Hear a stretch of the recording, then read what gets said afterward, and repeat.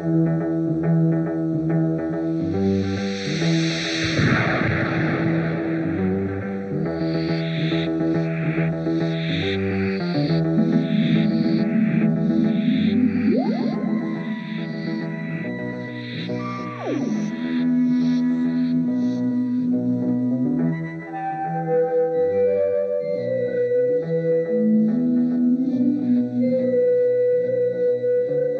are here with David Shea. David is an electronic music composer. Now, David, tell us a bit about your history with electronic music and the things that you've done personally. Well, I grew up in New York working with electronic collage on tape, cassette tape and quarter-inch tape, just like the old masters used to, and moved to turntables and moved to samplers and moved to digital sampling composition, but always in combination with live musicians. So acoustic and electronic music in combination. I think if we look at the origin of electronic music, a lot of the characters who were tinkling with things after World War II, just people that were experimenting on their own time, either went towards the more technical route, where they were pure experimentalists in pure electronic music, wanting to form a completely new type of music, outside of music in a sense, kind of electronic machine music that dealt more with sound as a sound art form than it was referring to acoustic instruments. And synthesizer people who were more connected to music, to broadcast, to film, to television, all of that, were experimenting with new sounds in order to refresh music. The Radiophonic Workshop is something that incorporated both of them, because you had film composers and television composers who were very close to visual material, to graphics, to drama, all of that, using visual parts of their brain to create music. But you also had early 60s tape music people who were rabid experimentalists working with very mainstream material, even if it was Doctor Who, even if it was way out there.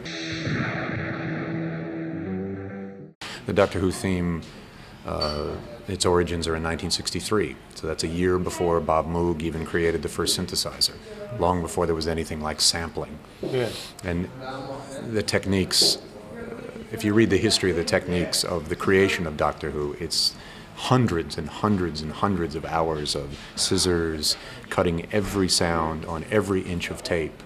There was no multi-tracking, it was one track, so multiple tape players playing all at the same time, trying to get the coordination correct so they start at the same time to create this experimental electronic music in the service of this science fiction series, written by Ron Grainer, who was completely a musician, who knew nothing, I think, at the time about electronic music, because virtually nobody did, who had written a melody, a very simple one, written very simple orchestrational instructions like bubbles and clouds and vague things, and then gave the freedom to the sound effects people. And of course, technicians are not supposed to be artists; they just serve the. But here, Delia Derbyshire, who was the real technician, and Desmond Briscoe, who was running the BBC Radiophonic Workshop, they were sound effects people, doing the Foley stuff, making the horse with the coconuts and doing all that kind of stuff, but also using these surplus materials from the end of World War II, tone generators and all that stuff, and in a sense, inventing all their own technology. It had such an organic sound to it. When you spend 3.5 days creating 2 seconds of sound, that's very different than digital. But there were experimentalists in Paris and Stockhausen and Cage and all these people getting exalted, pioneering great composer status. But then you had the Radiophonic Workshop that was considered, and even historically, I think, unfairly considered as technicians, as people, trying to serve something like a science fiction show. And they were in every way as radical and important to electronic music and to acoustic music and to synthesizer music and to music concrete, which has now moved to sampling, which is more what I am involved in. Not only because of the sounds, not only because of the music, but also because they use such an important visual part of their brain to create them. That they were infused with images of film and television and characters, and they did it fast. Low budget, getting it done, okay, we need it by Thursday, who cares what it sounds like, Yeah. You don't know the technique, invent the technique. You don't have the technology, you can build it, can't you?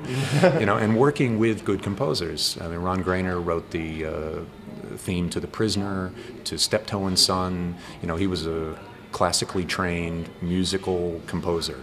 There is no performance of any kind in it, in the performance sense. There, you know, Ron Grainer was going to add musicians, but when he heard the piece, he said, you know, what's the point? You've done such an amazing job of creating this with these, you know, broken pieces of machines and these cut up bits of audio tape.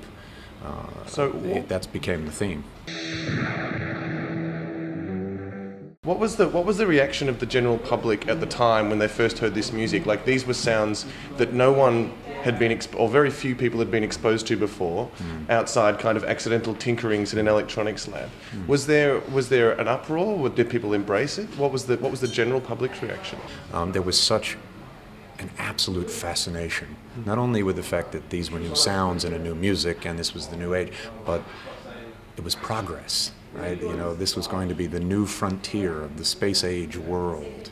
You know, it has a resonance that I think for our generation is very difficult to understand, because you think, wow, that's kind of a silly sound. But then it must have been, oh my God, how did they create that? That's unbelievable. And I think it was very pioneering, and they were absolute radical experimentalist geniuses. Great. Well, David Shea, thank you so much for telling us about the Doctor Who theme song, and thanks for being on Planet Nerd. Thank you.